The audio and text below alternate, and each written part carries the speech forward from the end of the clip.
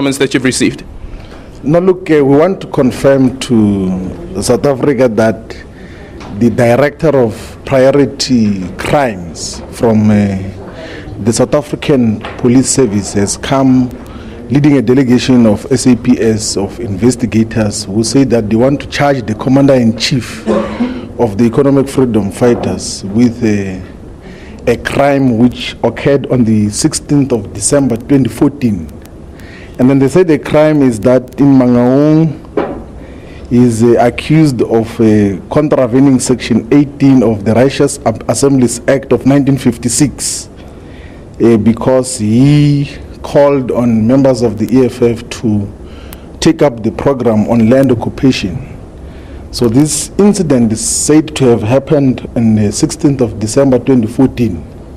But the NPA took a decision only last week to say that the Commander-in-Chief must be subjected to a court process, one on the 7th of November in Newcastle and two on the 14th of November in Bloemfontein Magistrate Court. So this is a reflection of a disparate state and a manipulated, captured state which the Commander-in-Chief was speaking about earlier, that is utilizing its state institutions to persecute a leader of the economic freedom fighters, the leader of the revolution in South Africa for their own narrow purposes, because there's really nothing priority about this, but already the case has been given to the Director of Priority Investigations and Priority Crimes to urgently take the Commander-in-Chief to court.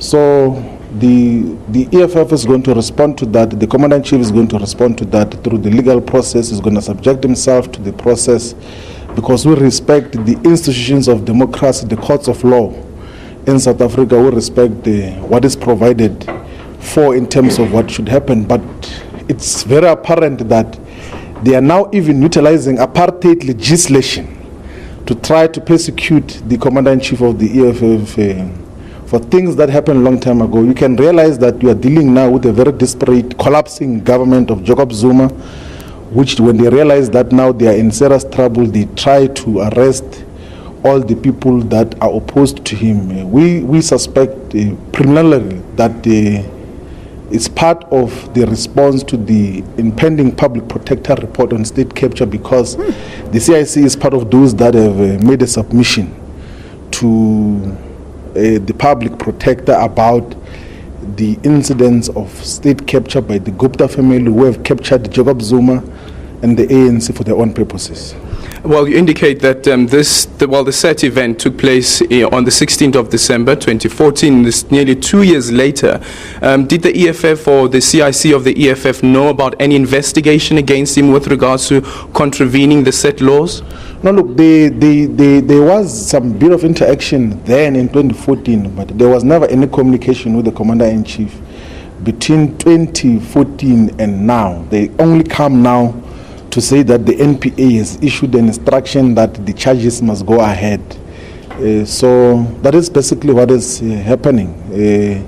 That the NPA said on the 10th of October to say that they must be going ahead of charges against the Commander-in-Chief of the EFF for incidents that happened in 2014.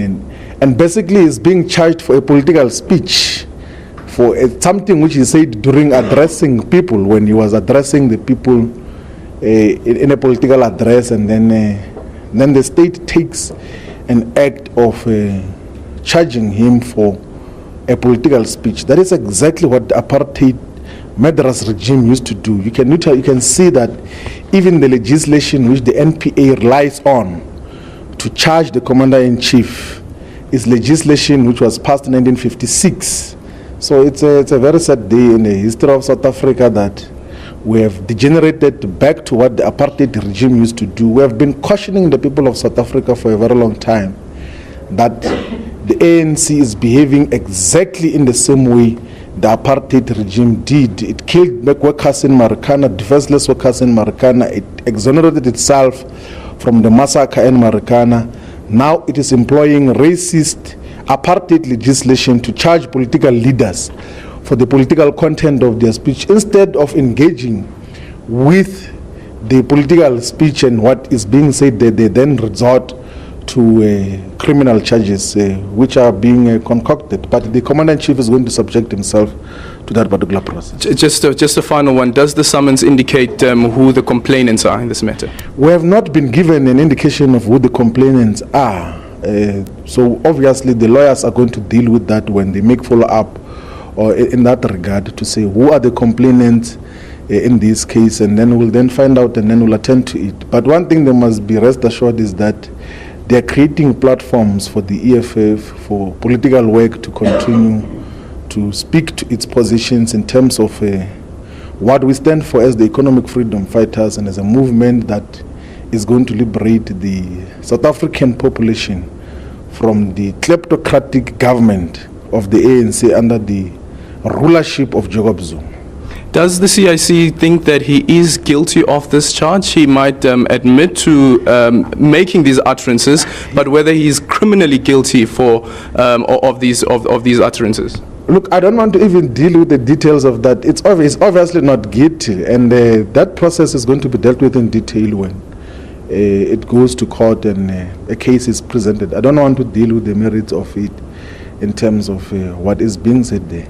But it is definitely a policy position of the EFF and a resolution of our conference that we should take up struggles on land reform, on land redistribution and land occupation, so that we can say that the CIC has never spoken outside of the policy framework of the economic freedom fighters. Every time he speaks about the land program, he speaks within the confines of the policy directives and commitments of the EFF, and that is what but the state, the establishment is now reacting in a very disparate way because it's collapsing. That is what collapsing regimes do. They resort to all forms of suppressive and very violent means of trying to suppress political discontent and disagreements. So that is what we're dealing with, that the democratic state is being undermined. Actually reaffirms the call that we made earlier, that we call on all South Africans on the 2nd of November to come out in their numbers to defend the democratic state.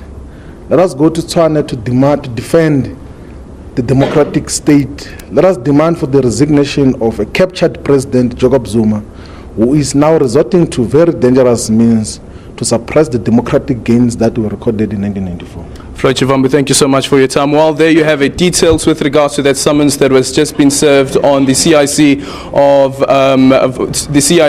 the EFF, indicating that he must be appearing in court on the 7th of November. While it seems as though there's no dispute with regards to that he made those utterances, but whether he's criminally liable is something that we'll have to wait and see. And as Floyd Shivambu has indicated, he doesn't want to get into the merits and the demerits of that case. It's back to you in studio. Thanks very much, Aldrin. That was Aldrin Sampear, our reporter.